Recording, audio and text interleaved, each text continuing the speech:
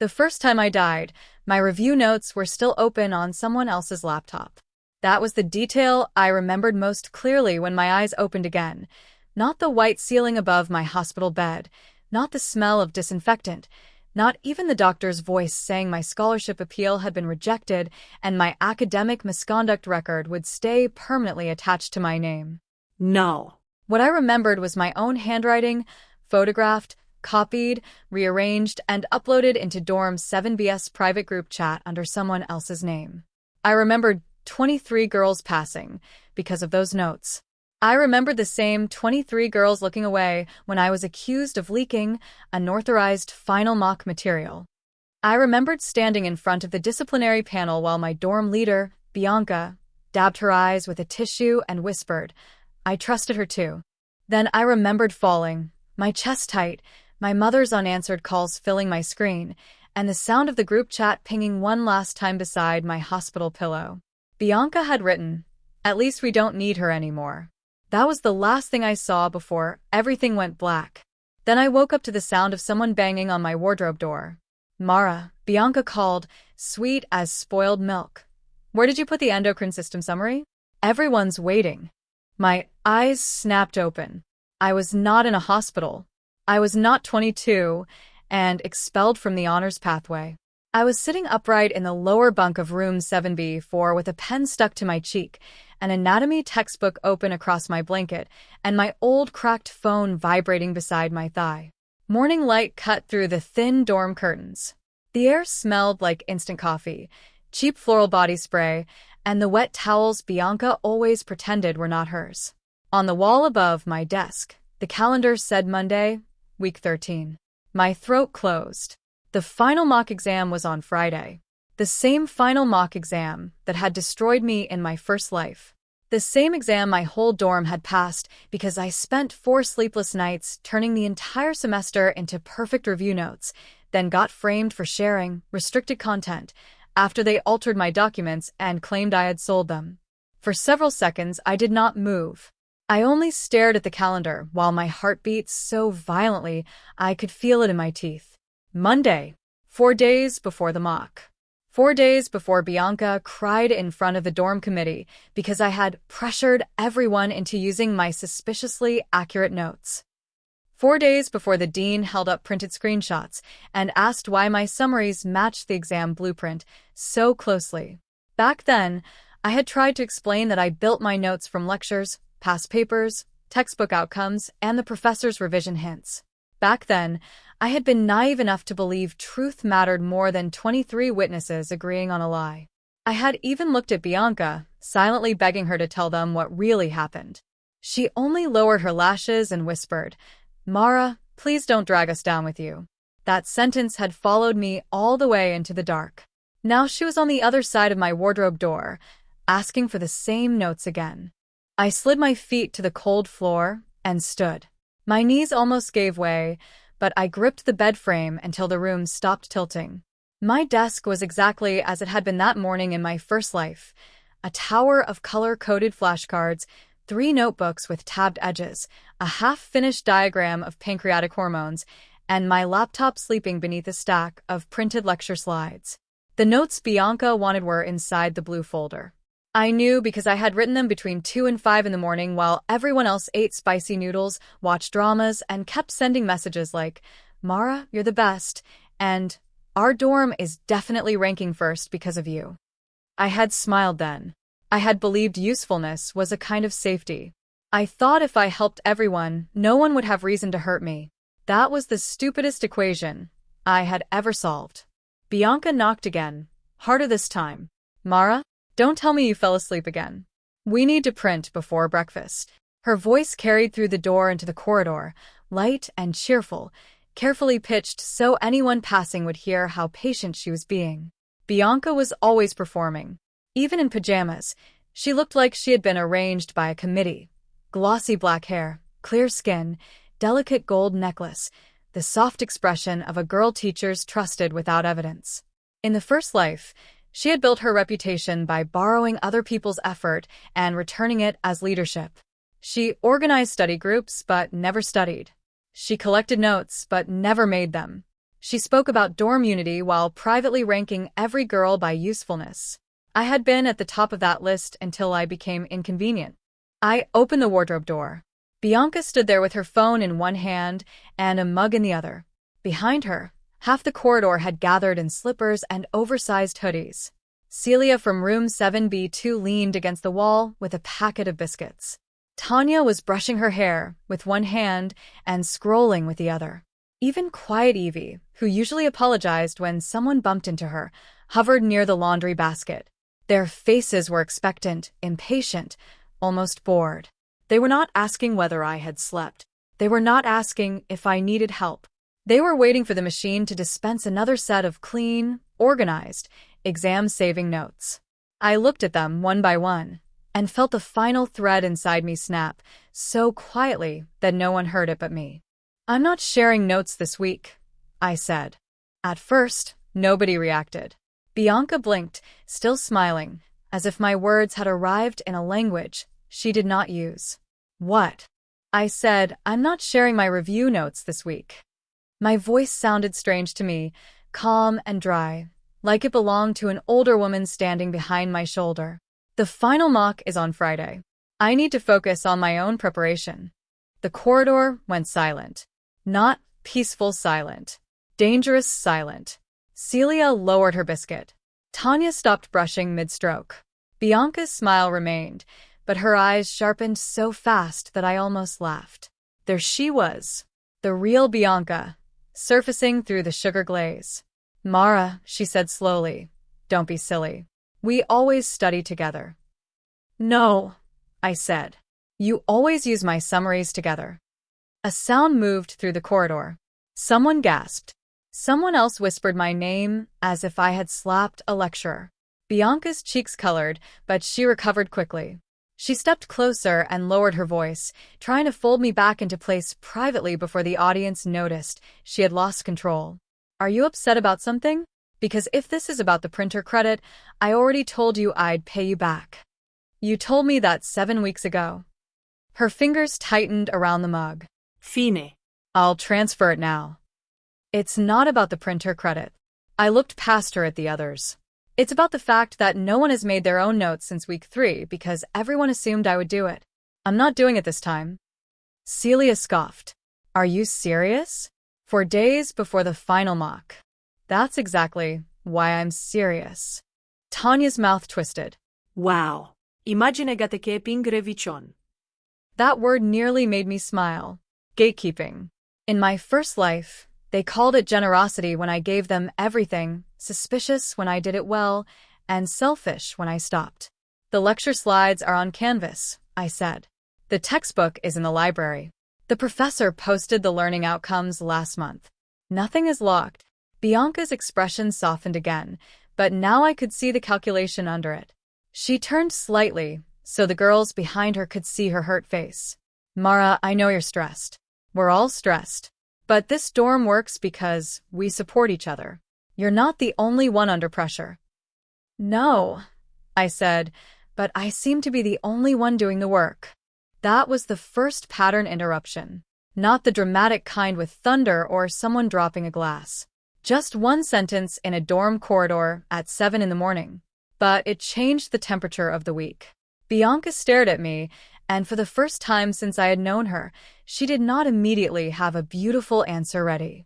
I stepped back into my room, picked up the blue folder from my desk, and placed it inside my backpack. Then I shut my laptop, zipped my bag, and walked past them toward the bathroom. No one moved aside at first. Then Evie did.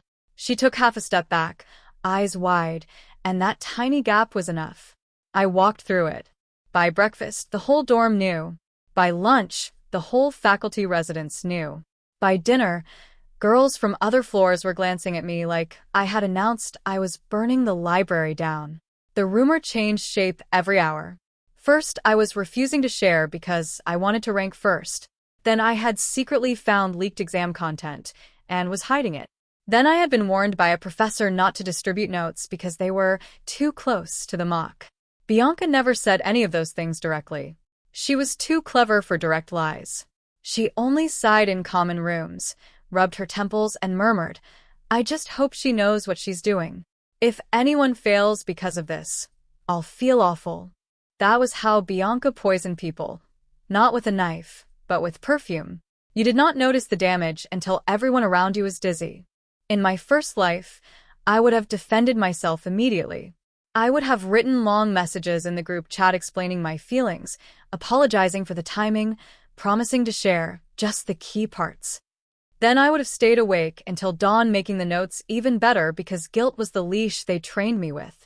This time, I muted the dorm chat and went to the library. Not the bright ground floor area, where everyone could see you studying and therefore reward you with social approval, but the silent postgraduate room on level 4 where the carpet smelled like dust and nobody cared if you cried over renal physiology. I took the far corner desk, opened my laptop, and did something I had not done in my first life. I studied for myself without making the material pretty enough for other people. It felt ugly at first. My notes were usually perfect. Color-coded headings, clean diagrams, boxed warnings, memory tricks, comparison tables, likely mock angle tags, and little arrows showing how professors liked to connect topics across lectures. This time, I let them be messy. I wrote questions instead of explanations. I crossed out weak reasoning. I made myself retrieve pathways from memory without looking. I left gaps and filled them later. I built a mock exam blueprint from lecture emphasis, not because I planned to share it, but because I intended to survive the week with my name still attached to my own work. Every time my phone buzzed, I looked at it once and turned it face down. Bianca had tagged me 11 times by 2 o'clock. Celia had posted a meme about people who get one good grade and forget the village. Tanya had written, "Some people only act nice when they need validation." Evie had typed nothing. At 4, Professor Harlan entered the silent room carrying a stack of journals. He was a tall, severe man with silver hair, a surgical mask hanging from one wrist, and the unsettling habit of looking directly at students until their excuses dried up. In my first life, he had been on the disciplinary panel. He had not been cruel. That almost made it worse. He had simply said, "Miss Vale, the evidence does not support your explanation." My surname from that life echoed oddly in my head. Maravalli. A name that had once been printed on a misconduct letter. Now Professor Harlan paused near my desk and glanced at the spread of handwritten mechanisms in front of me. "You are revising alone today," he said. I looked up too quickly. "Yes, Professor." "Good." He tapped the edge of my notebook. "Your previous group sessions looked productive, but group productivity can conceal individual weakness. Friday's mock will expose that." My fingers tightened around my pen. "Is it very different from the past papers?" His eyes flicked to mine. "It is designed to test thinking, not copying." In my first life, I had not paid attention to that warning because I was too busy translating it into notes for everyone else. This time, the sentence landed like a key turning in a lock. Designed to test thinking, not copying. That was why my summaries had helped them pass, but not excel. I had not leaked anything. I had simply taught them how to think without realizing they were memorizing my thoughts instead of developing their own. Bianca had known enough to use that against me. "Thank you, Professor," I said. He nodded once and walked away. I wrote his sentence at the top of a fresh page, then underlined it twice. When I returned to the dorm at 9 that night, room 7B4 had been rearranged like a courtroom. Bianca sat on her bed with a blanket over her lap, looking pale and noble. Celia and Tanya occupied my desk chair and the floor beside it. 3 girls from the next room were perched near the door. My laundry basket had been moved without permission. My flashcards were stacked in the center of the room, like evidence. Bianca looked up when I entered, and the murmuring stopped. "We need to talk," she said. "No, we don't." I crossed the room, picked up my flashcards, and placed them inside my drawer. Celia stood. "You can't just ignore everyone." "I'm not ignoring everyone. I'm refusing to be used by everyone." Tanya laughed sharply. "Used?" "You liked being the smart one. Don't act like we forced you." There it was, the second pattern interruption. In my first life, Tanya had been the one who submitted screenshots to the committee. I remembered her trembling voice as she said, "Mara told us not to ask where the material came from." She had looked terrified then, but not guilty. Fear made people honest sometimes. Tanya's honesty was that she would set fire to anyone if it kept her own hands warm. I looked at her now and asked, "When did you last attend Professor Harlan's lecture without asking me for the summary afterward?" Her mouth opened. Closed. "What about you, Celia?" I asked. "When did you last answer a practice question before checking my solution?" Celia flushed. "That's not the point." "It is exactly the point."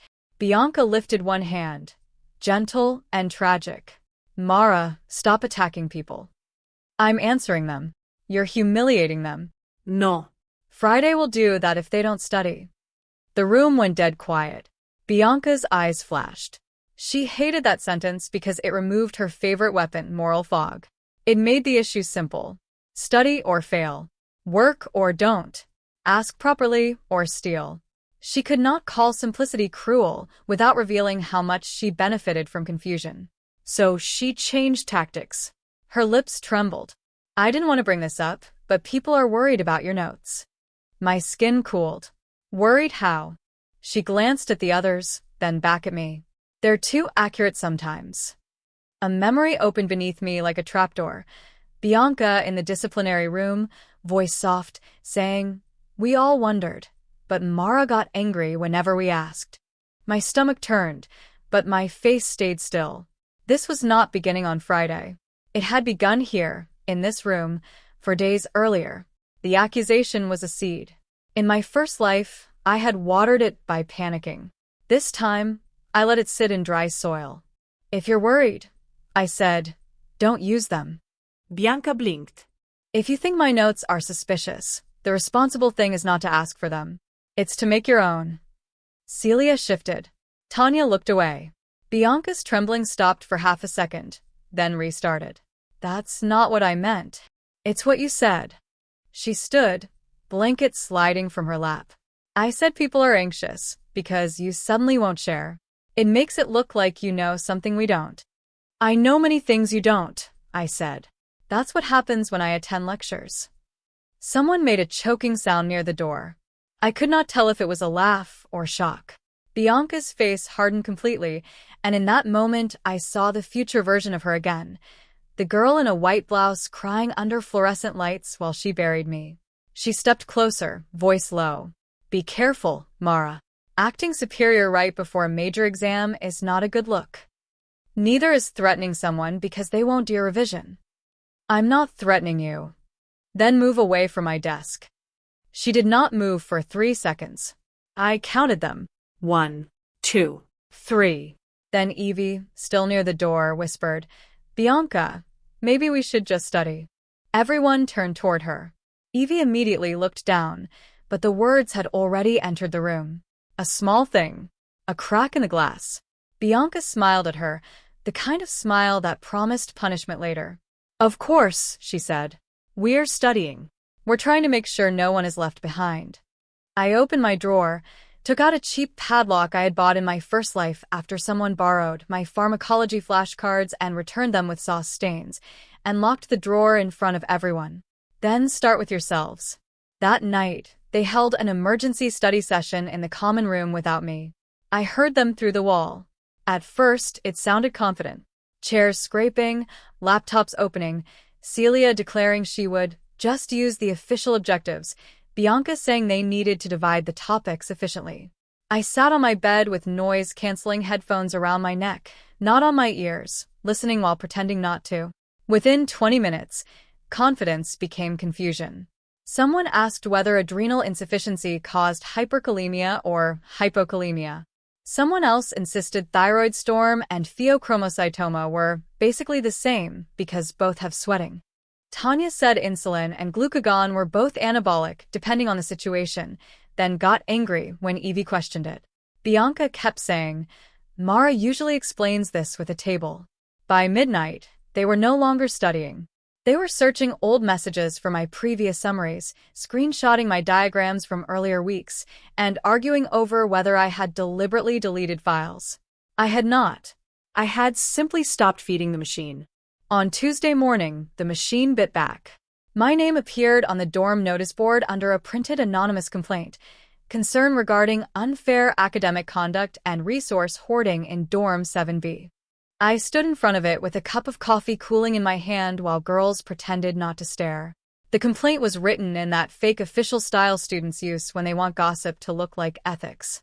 It said some students had become dependent on a peer's monopolized study resources, that this peer had withdrawn access at a critical time, and that there were questions surrounding whether said resources were created independently. It did not name me. It did not need to. Someone had drawn a tiny blue folder in the margin. In my first life, I would have torn the paper down and cried in the bathroom. This time, I took a photo. Then, I took another with a notice board clock visible. Then, I walked to the residence office. Mrs. Calloway, the residence supervisor, looked up from her tea when I entered. She was a compact woman with sharp glasses and a sharper sense of paperwork. Students feared her because she remembered everything, including who had signed out the vacuum in March and never returned it. "Mara," she said, "you're early. I want to report an anonymous harassment notice." Her eyebrows rose. "Show me." I handed her my phone. She studied the photo. Her mouth tightened. "Is this still on the board?" "Yes." "Did you remove it?" No. Good. She stood, already reaching for her keys. "Come with me." That was the third pattern interruption. Bianca expected me to defend myself socially, where she controlled the weather. Instead, I moved the matter into administration, where every cloud required a form. Mrs. Calloway removed the notice with gloved hands like it was contaminated evidence. She checked the corridor camera schedule. She asked who had access to the printer before breakfast. She wrote down the time. By 8:30, the dorm group chat was no longer laughing. By 9, Bianca posted, "Whoever made that notice, please come forward privately. This is not the supportive environment we want." I almost admired her. She could stand beside a fire with matches in her pocket and still ask who smelled smoke. The first lecture that day was endocrine pathology. Professor Harlan entered without greeting, placed one sheet of paper on the document camera, and projected a clinical case. A woman with weight loss, tremor, irregular heartbeat, heat intolerance, and a neck swelling. 5 minutes, he said. Write the diagnosis, pathophysiology, expected lab findings, and first-line management priorities. Closed book. A ripple of panic moved through the theater. In my first life, I had already taught Dorm 7B a neat hyperthyroidism table by then. They had memorized the table, not the disease.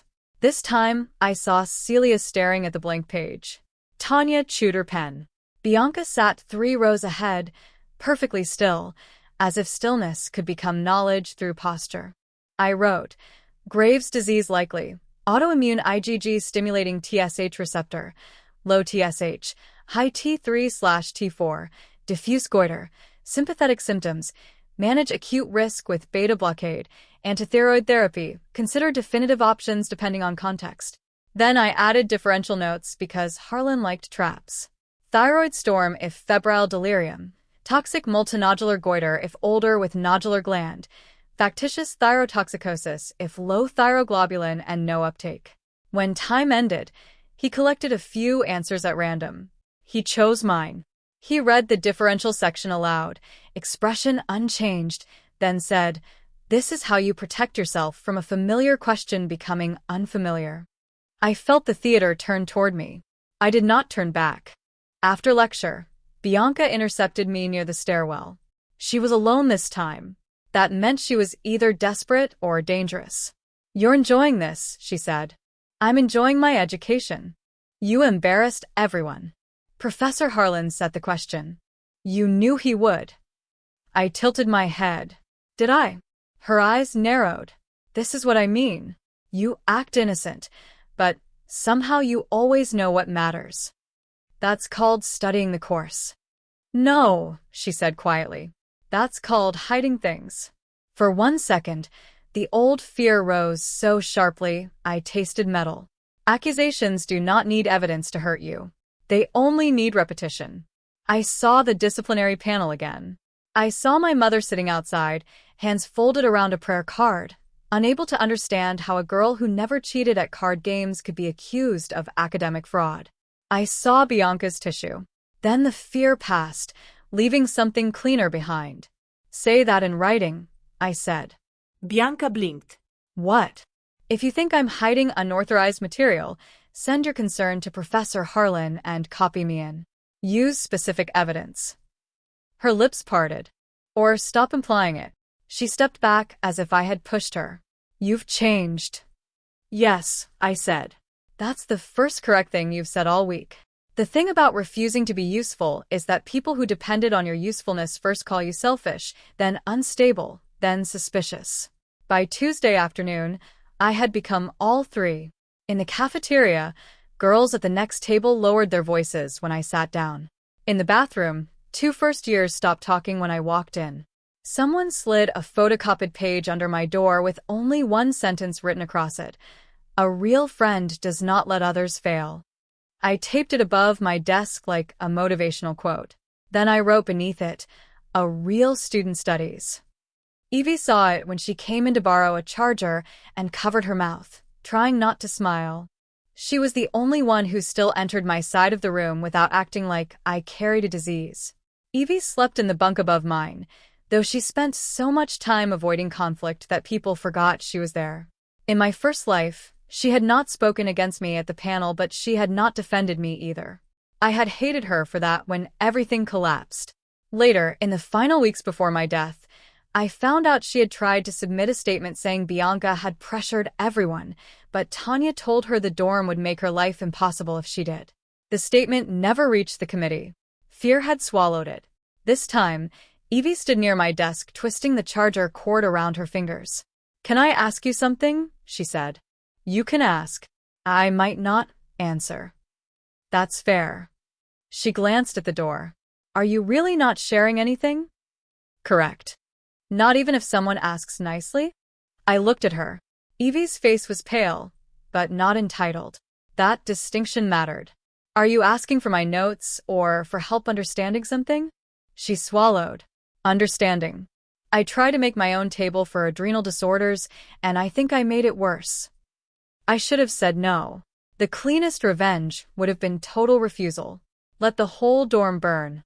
Let Evie fail with the rest, and learn that silence has consequences. But Rebirth had not turned me into Bianca. I did not want worship.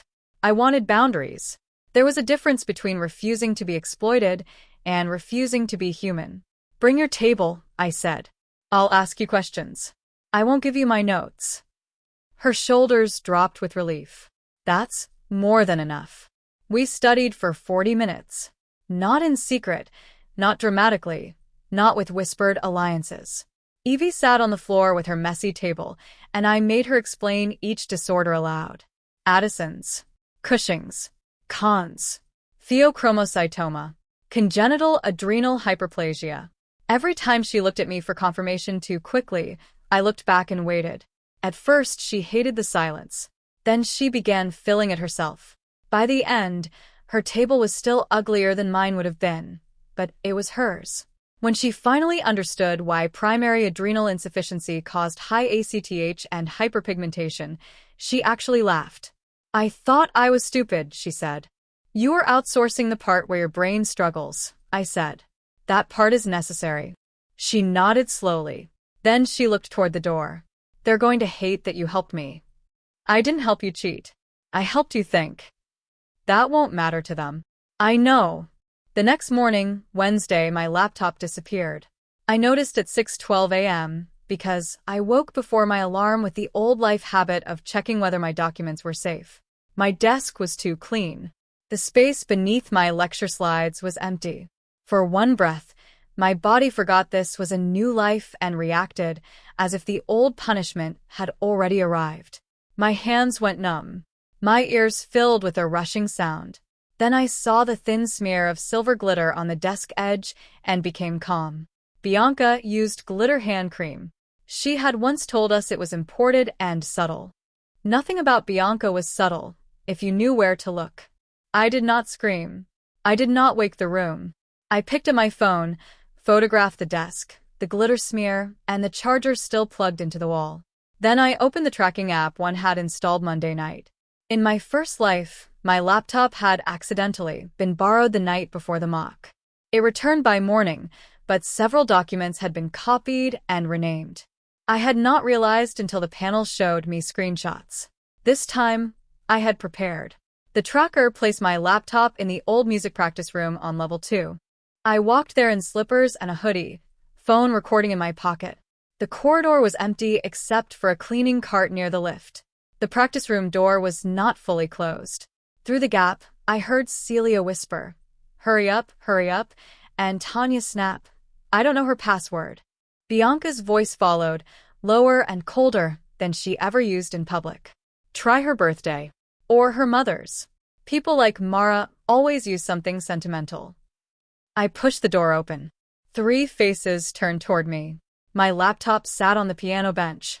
Tanya's hand froze above the keyboard. Celia made a small, terrified noise. Bianca recovered first, of course. She straightened, hair falling perfectly over one shoulder. Mara, we were just borrowing my laptop without permission? I said. We found it unattended, she said smoothly. In my room. Celia looked at the floor. Bianca's eyes flicked to my hoodie pocket. She was wondering if I was recording. Good.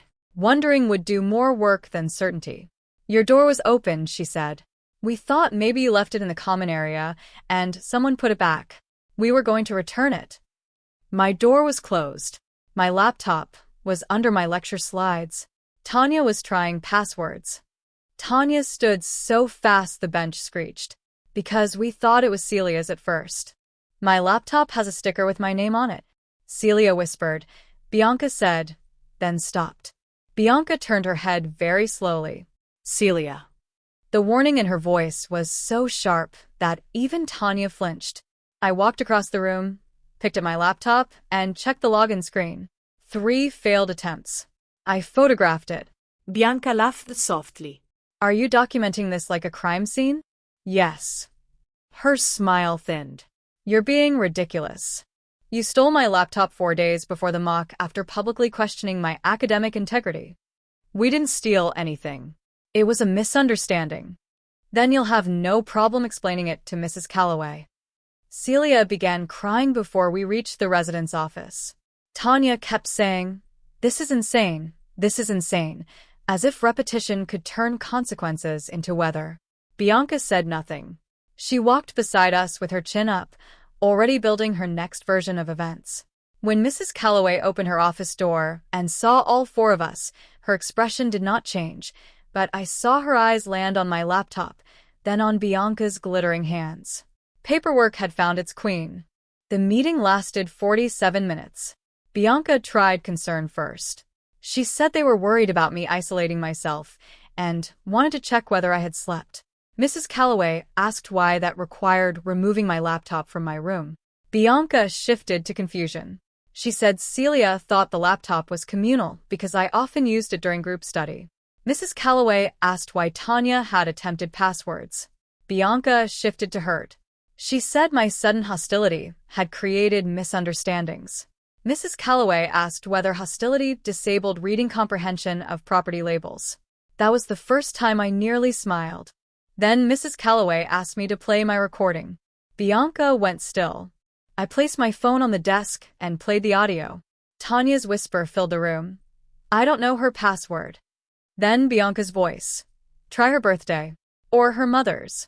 People like Mara always use something sentimental. Celia covered her face. Tanya said, oh my God. Bianca looked at me with naked hatred for exactly 1 second before rearranging herself into shock. Mrs. Calloway stopped the recording. This matter will be documented. Bianca's voice trembled. Documented how?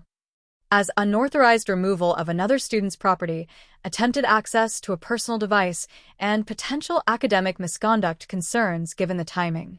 The words academic misconduct hit Bianca like cold water. In my first life, those words had belonged to me.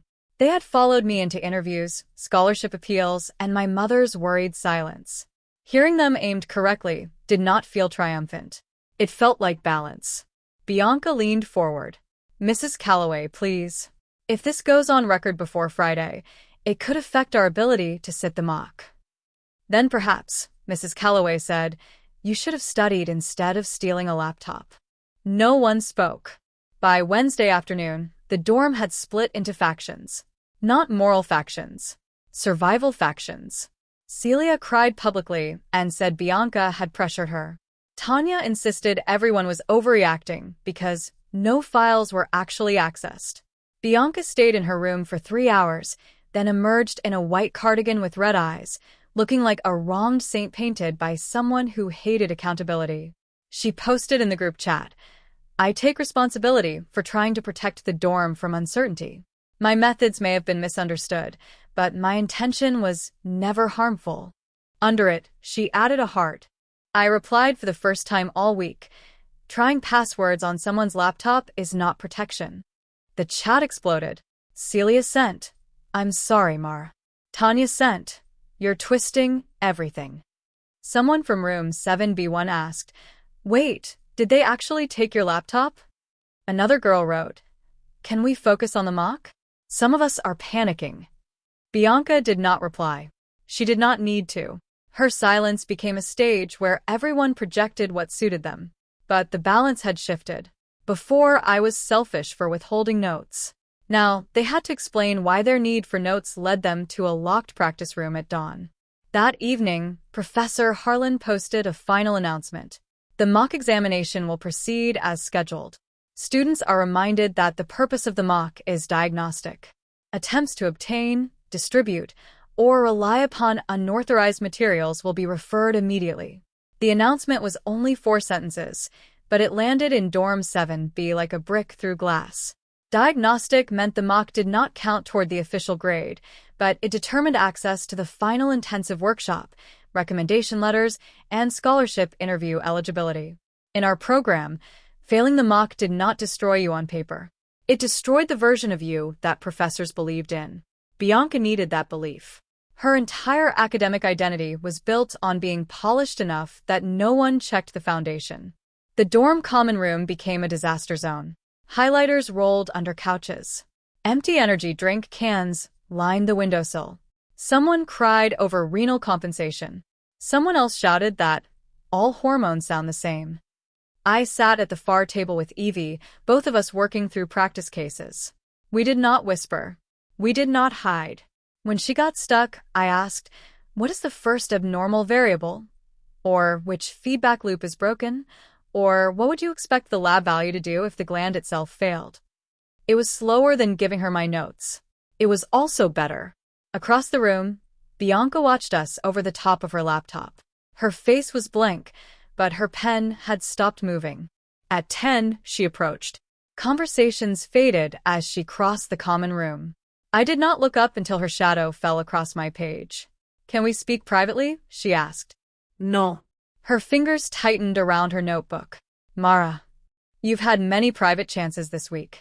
Use public words. A few girls looked down quickly, pretending to study.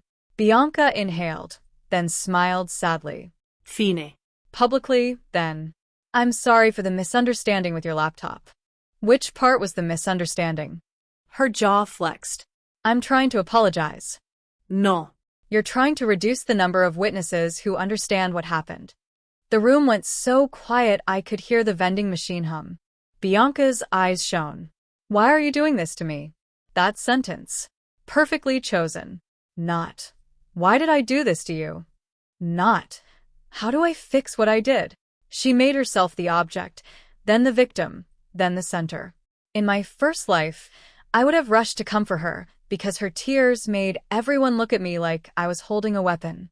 This time, I leaned back in my chair. I'm not doing anything to you, I said. I'm not sharing my notes. I'm not letting you steal my laptop. I'm not accepting fake apologies. Everything else is your own work. Bianca stared at me. Her tears did not fall. That was how I knew they were tools waiting for the right audience. Then Evie spoke. Her voice was small, but the room was silent enough to carry it. Bianca, we should study. Bianca turned. Excuse me? Evie's hands shook around her pen. The mock is in 2 days. This isn't helping. For a moment, Bianca looked more shocked by Evie than by me. People like Bianca understood enemies. They did not understand furniture becoming a person. Her gaze moved around the room, searching for support. Celia avoided her eyes. Tanya looked furious, but uncertain. The other girls pretended to read. Bianca had spent years building a kingdom of borrowed effort and social fear. Now, with one mock exam approaching and no notes to distribute, everyone could feel the walls were made of paper. She smiled at Evie. "You're right," she said. "We should study." Then she returned to her table and opened her textbook upside down. Thursday was the day desperation became comedy. Not funny comedy. The kind that makes you understand why ancient people wrote tragedies about pride and called them entertainment. At breakfast, Celia offered me $300 for just the diagrams. I said no. By mid-morning, Tanya created a shared document titled Dorm 7B Emergency Review Master Sheet, then accidentally gave everyone editing access, and the definitions of hyperthyroidism, hypothyroidism, and hypoparathyroidism were overwritten 6 times by lunch. Someone inserted a meme of a skeleton. Someone else deleted the renal section. Bianca restored an old version that contained only the words Mara's old table, repeated in 4 places. At 2, 2 girls from room 7B3 tried to reconstruct my flashcard system from memory and labeled aldosterone as a thyroid hormone. At 4, Celia asked the official course forum whether feedback loop questions are examinable, and Professor Harlan replied, "Yes. Just yes. Nothing else." The dorm treated it like a death announcement. I spent Thursday in the library, not because I was above panic, but because I knew panic loved company. My own fear came in waves. What if I failed anyway? What if rebirth was not a guarantee, but a test? What if Bianca found another way to frame me? What if the exam changed? What if I had misunderstood everything, and my refusal only made me cruel? Each question tried to pull me away from the page. I answered them with work. Practice case. Explain aloud. Check. Correct. Repeat. My notes became less beautiful and more alive. By evening, when Professor Harlan held an optional revision clinic, I attended with 5 specific questions. Bianca arrived with half the dorm and a face arranged into humble seriousness. She asked, "Professor, for students who have experienced disruption in their study resources this week, will the mock account for that?" Harlan looked at her over his glasses. "The mock accounts for 13 weeks of learning." A few students coughed. Bianca's smile flickered. "Of course. I only mean that some students relied on collaborative review systems that became unavailable unexpectedly. Then the mock will also diagnose over-reliance on collaborative review systems." I lowered my eyes to my notebook, because if I looked at Evie, I would laugh. Bianca sat down without another word. The revision clinic was brutal, in the way useful things are brutal. Harlan did not give hints. He gave cases that looked simple until he changed one lab value. He asked what happened if the pituitary failed instead of the target gland. He asked why 2 patients with similar symptoms had opposite hormone levels. He asked what management priority came first if the diagnosis was obvious but the patient was unstable. Around me, pens moved frantically. Bianca wrote with elegant speed, but I noticed she kept copying the wording of questions, not the reasoning of answers. That had always been her weakness. She could reproduce the shape of intelligence. She could not generate it under pressure. After the clinic, I stayed behind to ask Harlan about a confusing calcium regulation case. He answered, then paused while packing his bag. "Miss Vale." "Yes, Professor?" "Your residence supervisor informed me of a property incident." My mouth went dry. "Yes. It has been documented. If anyone attempts to involve your name in unauthorized sharing, inform me immediately." For a second, I could not respond. In my first life, no one had said anything like that until it was too late. Protection had always seemed like a door that opened for other people. Now Harlan was not comforting me, not praising me, not promising rescue. He was simply establishing a record. A record could not love you, but it could stand when witnesses fell. "Thank you," I said. He nodded. "And Miss Vale?" "Yes.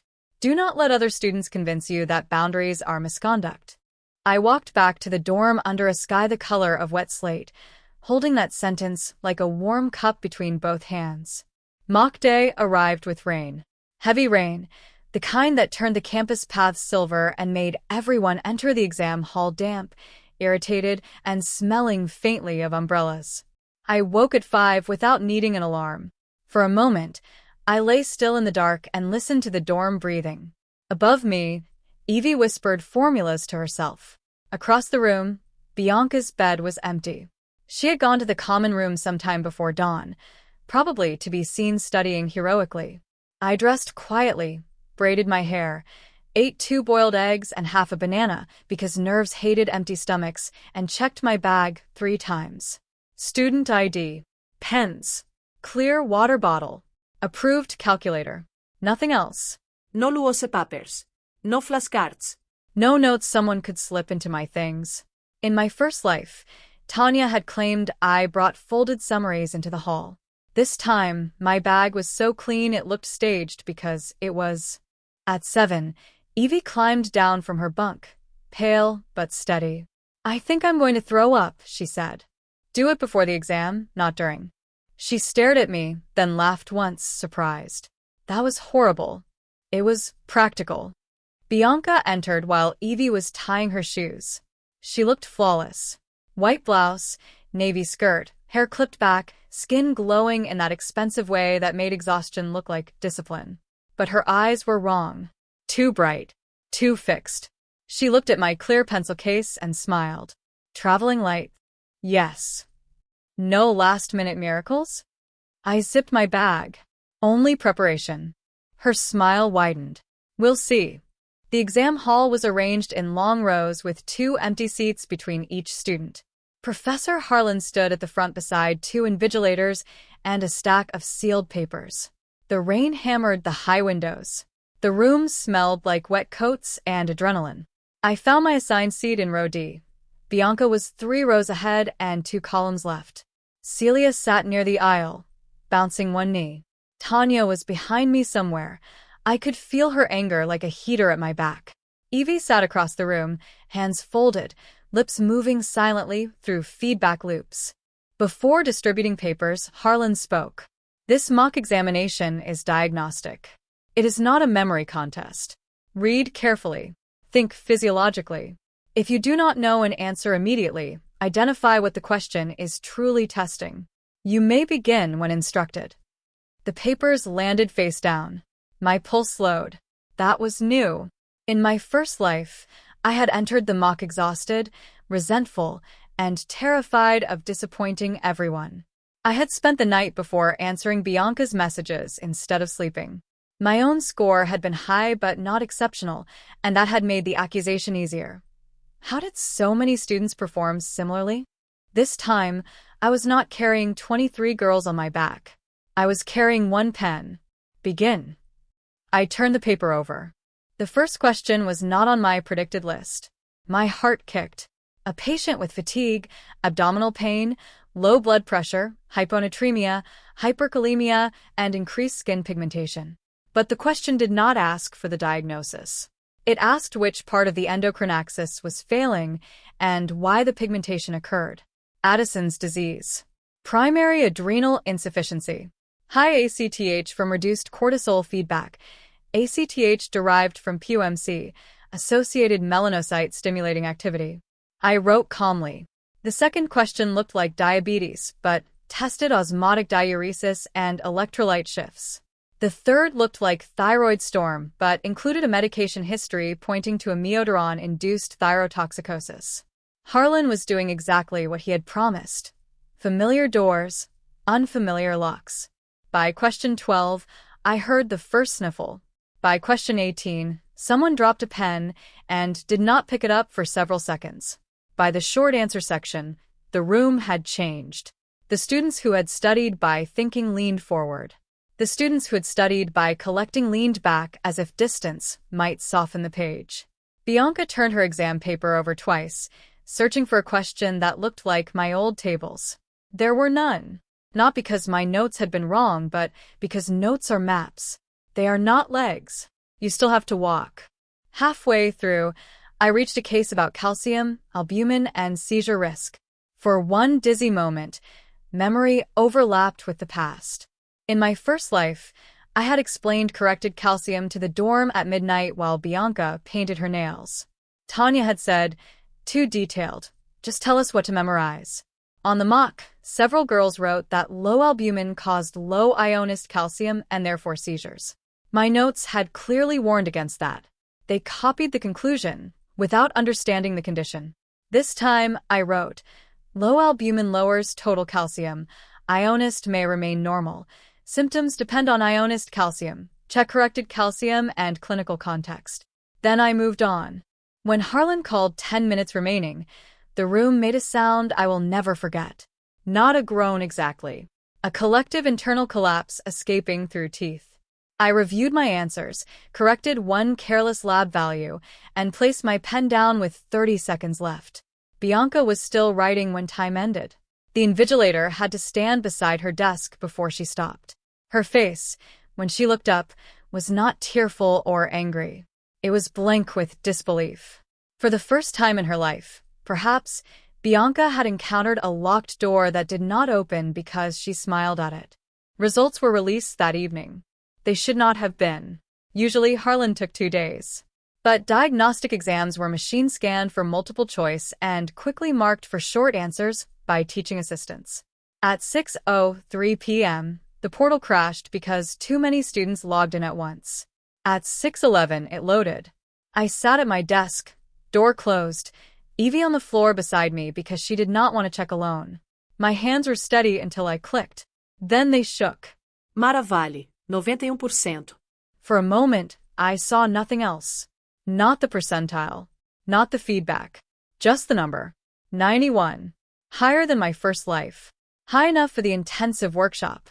High enough for scholarship interview eligibility. High enough that no one could call my work suspicious because this time there was no shared performance pattern around me. It was mine. Messy notes, locked drawer, lonely library desk, mine. Evie made a strangled sound. "I passed," she whispered. I turned. Her screen showed 68%. Not brilliant. Not workshop level. But above the threshold. Honestly earned.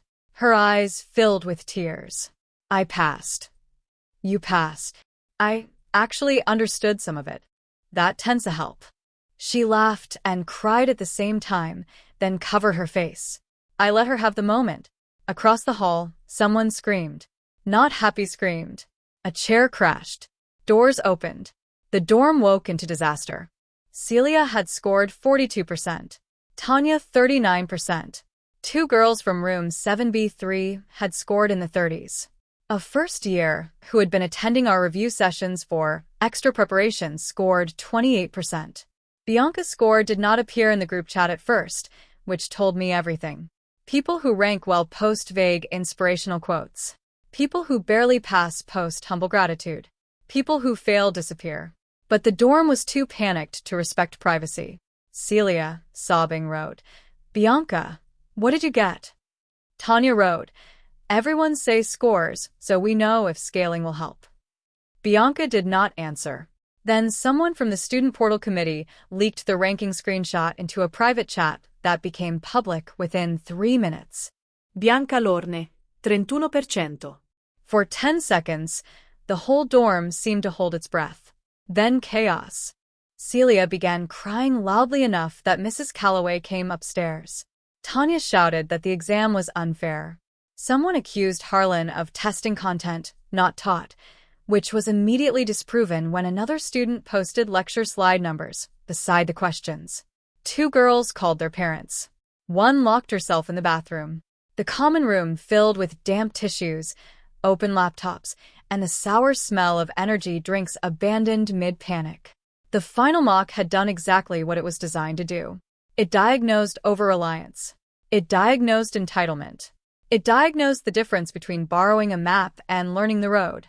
Bianca emerged at 7:30. Her hair was loose. Her face was pale. She walked into the common room like a queen entering a plague ward and stood near the notice board. "Everyone," she said, voice trembling, "please calm down." No one calmed down. Celia turned on her first. "You said we could manage without Mara's notes." Bianca flinched. We could have if people had followed the plan. What plan? Tanya snapped. Your plan was to get Mara's laptop. The room froze. Bianca's eyes flashed. Tanya. No, Tanya said, panic burning through loyalty. Don't Tanya me. You told us she was hiding the final pattern. You said if we got her notes, we'd know what to focus on. Celia sobbed harder. You said she owed us. Bianca looked around the room and realized too late that failure had changed the social mathematics. Before the mock, they needed her approval. After the mock, they needed a scapegoat. She had trained them well. They chose the nearest one. I tried to keep this dorm together, Bianca said, voice rising. Mara divided us. Every head turned toward me. I had been standing in the doorway with Evie behind me, not hiding, not entering. In the old life, that many eyes would have crushed me. This time, I felt strangely tired. Not weak. Just tired of watching people mistake consequences for cruelty. Bianca pointed at me. She knew this would happen. She watched us struggle all week. She helped Evie and refused everyone else. She wanted us to fail. The accusation landed. Some faces hardened again. Desperation loves a simple villain, and I was still convenient. Evie stepped forward, but I touched her wrist lightly. This part was mine. I wanted you to study, I said. Bianca laughed, sharp and ugly. No. You wanted revenge because we didn't worship you enough. I walked into the room. Revenge for what? She hesitated. Just half a beat. Enough. For being taken for granted, she said. That's interesting, I said. Because all week you told people I was suspicious. You put up a complaint about resource hoarding. You stole my laptop. You tried to imply my notes were unauthorized. Now that you've failed, the story is that I planned revenge. Bianca's eyes glittered. You recorded us. Yes. You documented everything like you expected conflict. Yes. The room murmured. I looked at each of them, then back at Bianca. Because the first time someone hints you cheated, then tries to steal your laptop, then cries in public about being harmed, you should document everything. Tanya crossed her arms. No one said you cheated. I took out my phone and opened the screenshot folder. Anonymous complaint. Questions surrounding whether said resources were created independently. Bianca in the stairwell. Somehow you always know what matters. Bianca in the practice room. Try her birthday or her mother's. Would you like more? No one answered. Bianca's face had gone very still. You're enjoying humiliating me. No, I said. I'm refusing to disappear quietly while you rewrite the week. Mrs. Calloway appeared behind the crowd at the worst possible moment for Bianca and the best possible moment for truth. Is there a reason my corridor sounds like a courtroom? No one spoke. I turned. Mrs. Calloway, I'd like to formally report that Bianca is accusing me of intentionally causing dorm students to fail and implying misconduct again. Bianca's mouth opened. That is not. Mrs. Calloway lifted one hand. Office. Now. This time, the meeting did not last 47 minutes. It lasted 2 hours because Harlan joined by video call. So did the academic integrity officer. So did the assistant dean after Tanya, in a spectacular act of self-preservation, forwarded screenshots of Bianca telling the dorm, Mara's notes are the only reason she ranks. Without them, she's nothing special, and we need to know what she knows. Celia provided voice messages. Evie provided the study table she had made herself, proving I had not given her my notes. I provided the recording, the photos, the anonymous complaint, and my clean exam bag checklist because paranoia, when disciplined, becomes evidence. Bianca cried beautifully. At first. She said the pressure of the mock had overwhelmed her. She said I had created emotional distress by withdrawing support abruptly. She said the dorm culture had always been collaborative and I had changed the rules without warning. She said she never intended to access private files, only to verify academic safety. That phrase almost made Harlan close his eyes. The academic integrity officer asked her what specific unauthorized material she believed was on my laptop. Bianca said she did not know. The officer asked why she attempted passwords if she did not know. Bianca said Tanya had done that independently. Tanya made a sound like a kettle boiling. Then Harlan asked one question. Miss Lorne, did Miss Vale ever represent her personal notes as required course materials? Bianca wiped her cheeks. No, but everyone depended on them. Dependence does not create entitlement, Harlan said. The sentence entered the room and ended something. By 10 that night, the official outcome was temporary but clear. The dorm property incident would remain on record. Bianca, Celia, and Tanya were referred for conduct review regarding attempted unauthorized access. The academic office found no basis to investigate me. Harlan's mock feedback would be released individually, with mandatory remedial workshops for students below 50. Recommendation eligibility would stand. No group appeal. No dorm-wide excuse. No scaling rescue. When we returned upstairs, the corridor was silent. The kind of silence that follows a storm when everyone is checking what the wind took. Bianca walked ahead of me, shoulders stiff, no longer crying. At her door, she turned. For once, no audience stood behind her. You think you won, she said. I was too tired to perform victory. No. I think I stopped losing for someone else. Her lips pressed together. They'll forgive me. Probably. They'll forget this. Maybe. She stepped closer. But they won't like you. That was meant to hurt. In my first life it would have. I had mistaken being liked for being safe, being needed for being valued, being included for being protected. Now I looked at Bianca and felt almost sorry for both versions of us. The girl who survived by controlling rooms and the girl who nearly died trying to be welcomed by them. I can live with that, I said. She stared at me as if I had spoken the most frightening words imaginable. The weekend after the mock was uglier than the failure itself. Failure can be dramatic for one night, but consequences are administrative, and administration has stamina. Students below 50 had to attend remedial sessions at 8 in the morning. Workshop invitations went out Saturday afternoon. My name was on the list. Bianca's was not. Celia's parents called the residence office and demanded to know why their daughter's support system had collapsed. Mrs. Calloway replied, according to hallway legend, that the university provided libraries, lecturers, tutors, and office hours, not one unpaid girl in room 7B4.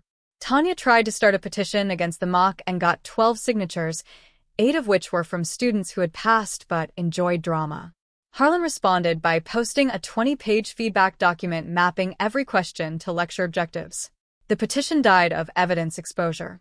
For me, the strangest part was not their failure. It was the space their demands left behind. My days became wider. I woke early and studied without messages asking, "Can you make this simpler?" I ate breakfast without someone sliding into the seat beside me and saying, "Quick question," then taking 40 minutes. I showered without rehearsing apologies for needing time alone. I discovered that silence was not loneliness when no one was using it to punish me. Sometimes Evie studied with me, but she no longer asked for answers. She brought ugly tables, wrong attempts, half-built explanations. She began enjoying the moment concepts clicked.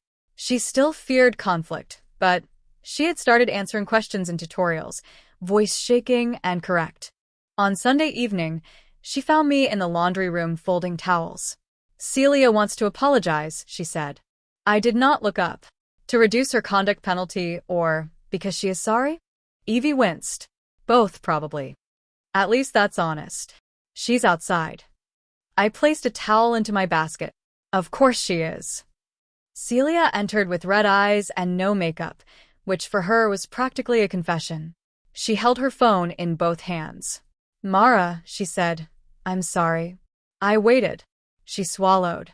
"I'm sorry I treated your work like it belonged to everyone. I'm sorry I helped take your laptop. I'm sorry I blamed you when I failed." Her voice cracked. "And I'm sorry because I don't think I would be saying all this if we hadn't been caught, and that makes it worse." That surprised me. Not enough to erase anything, but enough to make me listen. Celia wiped her face with her sleeve. "I don't know how to study. I know that sounds pathetic, but I don't. In high school, my friends made Quizlets. Last semester, my boyfriend made summaries. This semester you did. I thought being smart meant knowing who to ask. It means knowing when to stop asking. She nodded, crying silently now. I know you don't owe me help. I'm not asking. I just wanted to say it properly. A cleaner pushed a cart past the laundry room door, glanced at all of us, and wisely kept moving. I picked up my basket. Your apology does not make us friends. I know. It also does not remove the conduct report. I know. But if you go to the remedial workshop and make your own notes, you probably won't fail the real final. Her face crumpled with relief, so raw it embarrassed both of us. Okay. That was the difference between Celia and Bianca. Celia had borrowed cruelty because it was socially convenient. Bianca manufactured it because control required supply. One could learn.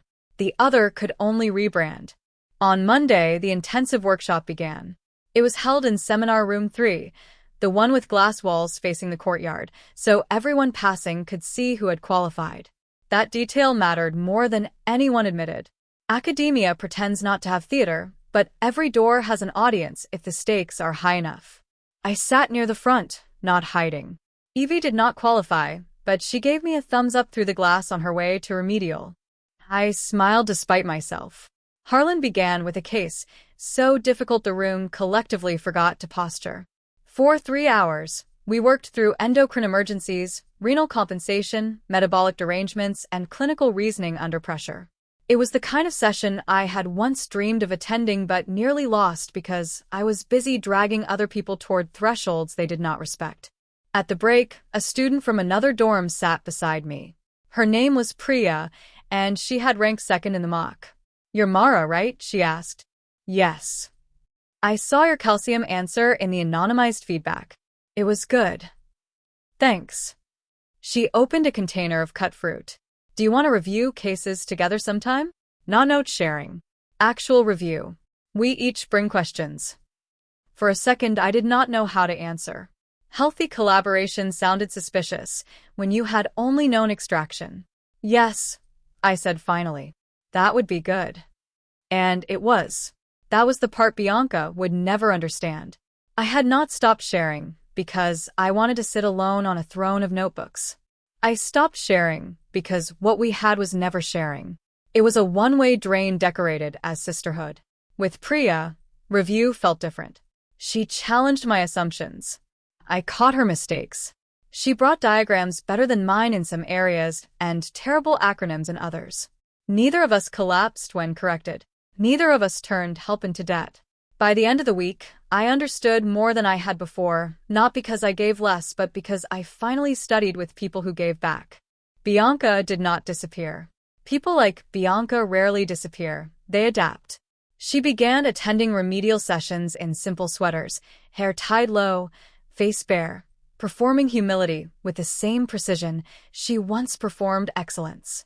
She apologized to the dorm in a long message that used the word pressure 6 times and Mara only once. Some girls accepted immediately because accepting was easier than admitting they had followed her. Tanya did not. Their alliance ended in a shouting match outside the vending machines when Tanya accused Bianca of acting like the only victim. Bianca replied, "At least I didn't panic and expose everyone." Mrs. Calloway appeared from nowhere and said, "Would either of you like to continue this in writing?" They separated instantly. The real final exam approached like whether everyone could feel in their bones. The mock had been a warning. Some students used it. Some resented it. Dorm 7B became quieter, not kinder exactly, but less delusional. The common room filled with individual notes. Bad notes, mostly. Ugly diagrams. Wrong arrows. Half-finished tables. But they were making them. Celia attended office hours and returned looking traumatized but enlightened. Evie became strangely good at explaining adrenal axes because she had struggled through them honestly. Tanya kept complaining, but her complaints slowly became questions, which was annoying but still progress. Bianca studied alone most nights. I sometimes felt her watching me, not with triumph now, but with a kind of cold curiosity. She had not forgiven me for surviving her. 3 days before the real final, she tried one last time. I was leaving the library at dusk when I found her waiting near the stairwell. No audience. No tears. No cardigan softness. Just Bianca in a black coat, hair loose, face unreadable. I want to make a deal, she said. No. You didn't hear it. I recognized the speaker. Her mouth tightened. I can clear your reputations socially. I almost laughed. You damaged it socially. And I can repair it. People listen to me. Less than before. Still more than they listen to you. That was true enough to be interesting. I shifted my bag higher on my shoulder. What do you want? Your final prediction framework. Not my notes. I'm not stupid enough to ask that now. She stepped closer. I know you built a framework. The mock score proved it. You identify what Harlan will test by lecture emphasis, clinical integration, and feedback language. I don't need your summaries. I need the framework. There she was again, circling the locked door, looking for a hinge. I could almost admire the evolution. Theft had become negotiation. Entitlement had put on professional shoes. And in exchange, I said, "You'll tell people I'm not selfish? I'll tell them you were under pressure and that I misunderstood you." No. Her eyes hardened. Think carefully. You might rank high, but recommendations also depend on peer evaluations. Dorm leaders submit community feedback. In my first life, that threat would have worked because I did not know the rules. This time I did. Dorm leaders submit residents' conduct feedback, I said. You are temporarily suspended from that role pending review. Her expression flickered. Mrs. Calloway told me when she asked if I felt safe remaining in 7B. Bianca looked away for the first time. I stepped toward the stairs. Study, Bianca. You really think you're better than me? I paused. No. I think I became better than the version of myself who needed you to like me. She said nothing. I left her standing there in the dim stairwell while the automatic lights clicked off behind me one by one. The final exam itself was not poetic. That almost disappointed me. No rain.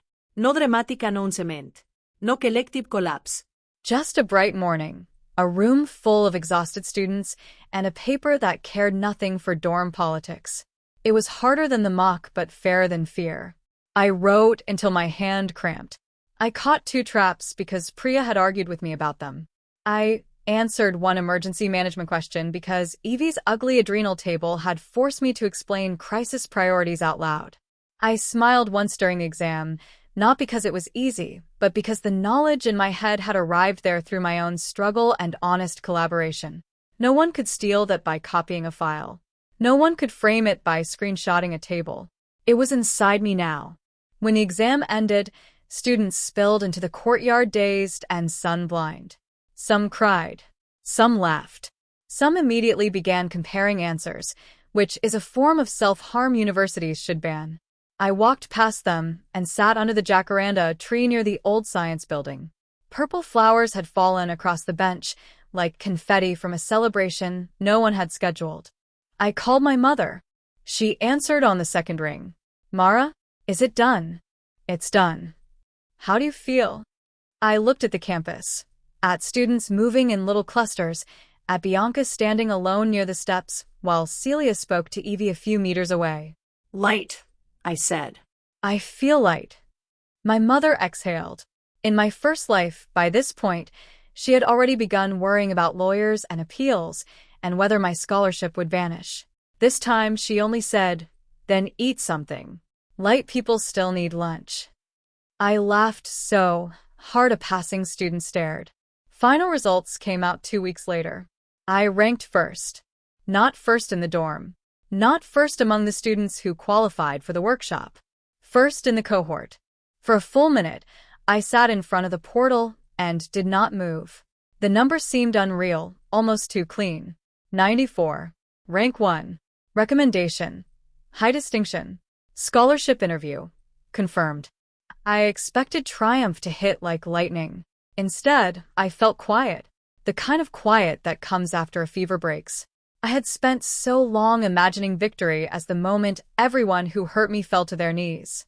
But when it arrived, the best part was that no one was touching my work. My name stood alone. Evie burst into the room 30 seconds later, without knocking.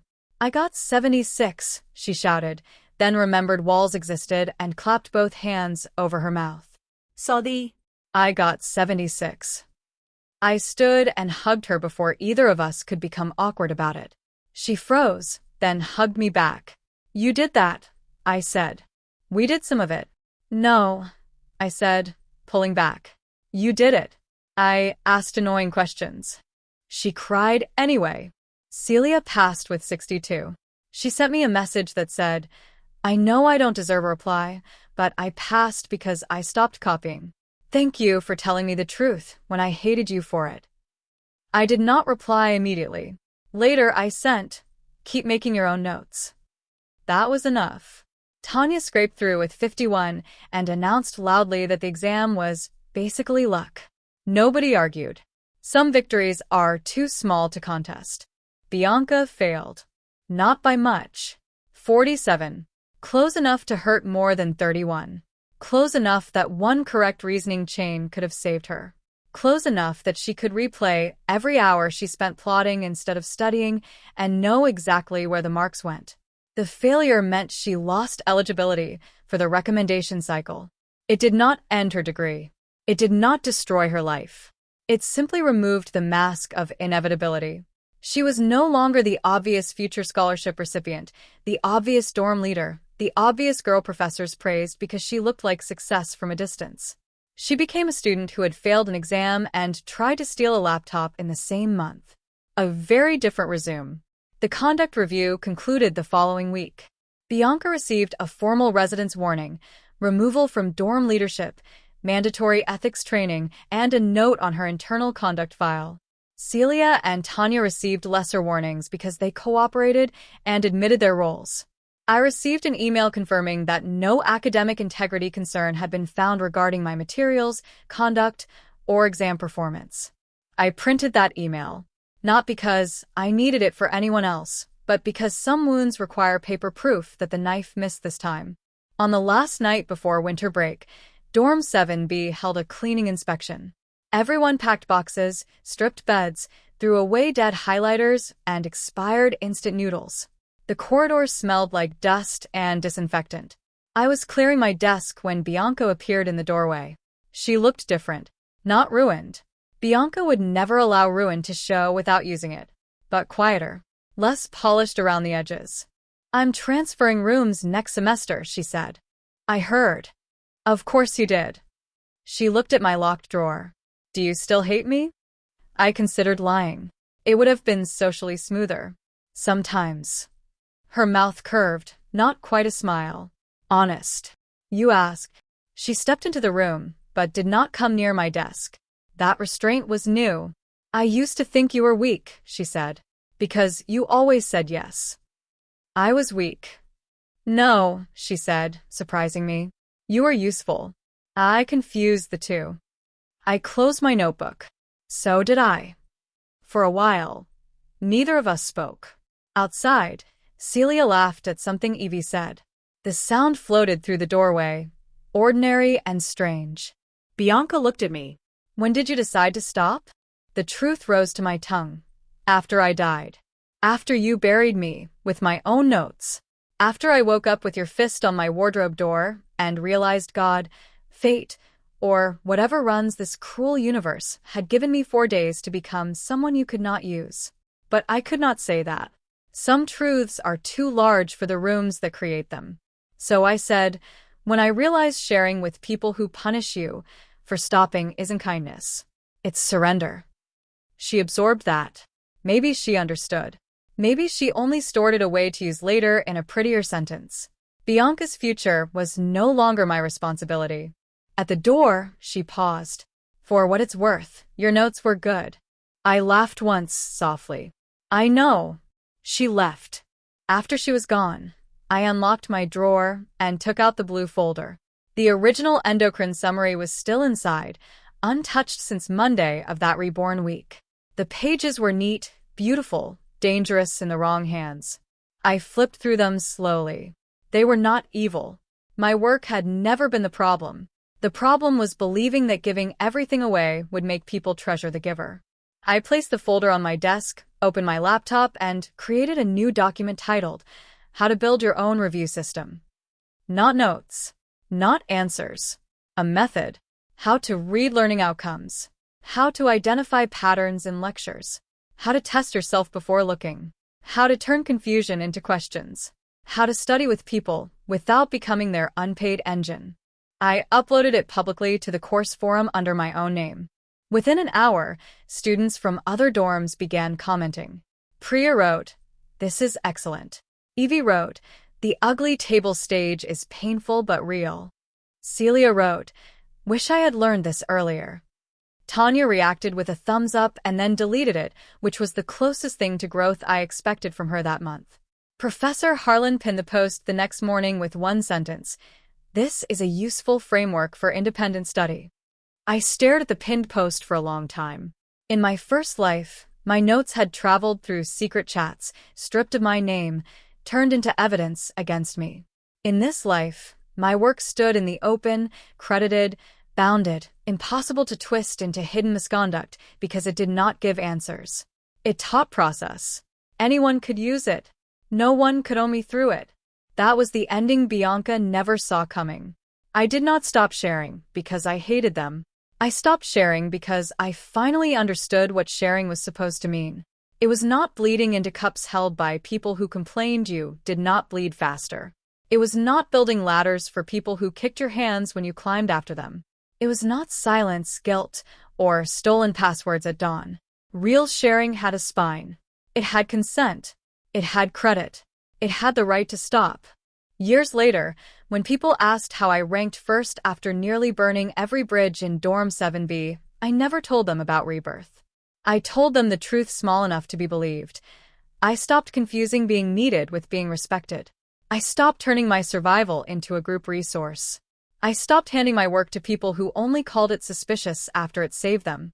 And when the final mock came, the whole dorm failed not because I cursed them, sabotaged them, or hid some magical answer key, but because for the first time, the exam measured what each of us actually carried inside. I carried my own mind. They carried screenshots of mine. And when the papers turned over, that made all the difference.